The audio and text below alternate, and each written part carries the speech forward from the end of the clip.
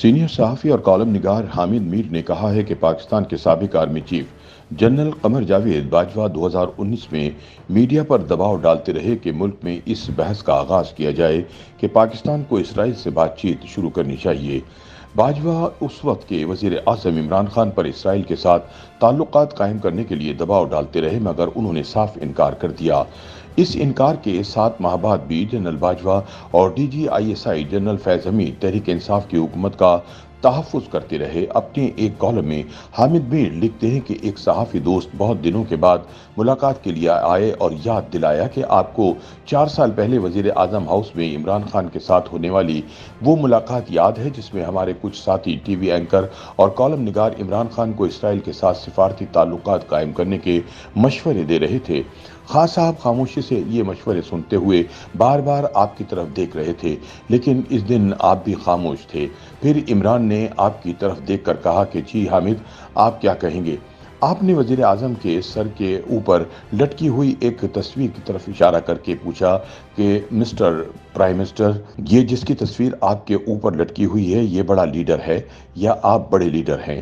خان صاحب نے سر گھما کر اوپر دیکھا اور کہا کہ قائد اعظم محمد علی جناح ہم سب کے لیڈر ہیں، جس کے بعد آپ نے کہا کہ قائد اعظم کے پاکستان میں صرف قائد اعظم کی پالیسی چلے گی، آپ کی یا میری پالیسی نہیں چلے گی۔ پھر عمران خان نے یہ کہہ کر ساری بحث ختم کر دی کہ اسرائیل پر میرا وہی موقف ہے جو قائد اعظم کا موقف تھا، میرا دل اسرائیل کو تسلیم کرنے کے لیے نہیں مانتا۔ حامد میر بتاتے ہیں کہ صحافی دوست نے وزیر اعظم کے ساتھ ہونے والی گفتگو یاد دلا کر پوچھا کہ اگر عمران خان اسرائیل کے ساتھ تعلقات قائم کر لیتے تو کیا ان کی حکومت ختم ہوتی؟ میں نے اپنے دوست سے کہا کہ آپ وہ حالات یاد کریں جن کے تناظر میں عمران خان کے ساتھ اس ملاقات کا اہتمام کیا گیا تھا۔ یہ ملاقات مارچ 2019 میں ہوئی تھی اور 26 فروری 2019 کو بھارتی ایئر فورس نے پاکستان کے علاقے بالاکوٹ پر بمباری کی تھی۔ اس دوران یہ اطلاعات آئی تھیں کہ اسرائیلی طیاروں نے راجستھان کے راستے پاکستان کی ایٹمی تنصیبات پر حملے کا منصوبہ بنایا تھا، لیکن پاکستان ایئر فورس کے جانبازوں نے بھارتی ایئر فورس کا جو حشر کیا، اس کے بعد اسرائیل کو حملے کی جرأت نہ ہوئی۔ اس دوران جنرل قمر جاوید باجوہ نے میرے سمیت کچھ دیگر صحافیوں کے ساتھ یہ گفتگو شروع کی کہ ہمیں اسرائیل اور بھارت کا اتحاد توڑنے کے لیے اسرائیل سے بات چیت کرنی چاہیے۔ باجوہ صاحب چاہتے تھے کہ میڈیا اس بحث کا آغاز کرے، لیکن میرا موقف تھا کہ یہ بحث پارلیمنٹ میں ہونی چاہیے۔ بہرحال انہوں نے ہی عمران خان کے ساتھ میڈیا پرسنز کی ملاقات کا اہتمام کیا۔ اس ملاقات میں عمران خان نے اسرائیل کے ساتھ تعلقات قائم کرنے سے صاف انکار کر دیا۔ ملاقات ختم ہونے کے بعد مجھے ایک اہم ادارے کے ترجمان کا فون آیا اور انہوں نے کہا کہ وزیر اعظم کے ساتھ ہونے والی گفتگو آف دی ریکارڈ تھی اور آپ وزیر اعظم کا کوئی جملہ رپورٹ نہیں کریں گے۔ عمران خان سے قبل نواز شریف اور محترمہ بینظیر بھٹو کو بھی ایسے مشورے دیے گئے، لیکن انہوں نے بھی ان مشوروں کو نظر انداز کیا اور ملک دشمن کہلوائے۔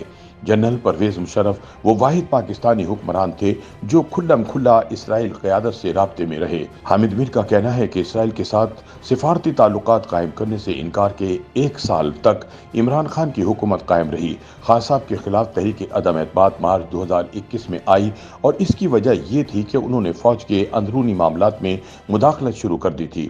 میرا صحافی دوست آج بھی عمران خان کی محبت میں گرفتار ہے، لیکن آج کل اس محبت کے اظہار میں بڑا محتاط ہو چکا ہے۔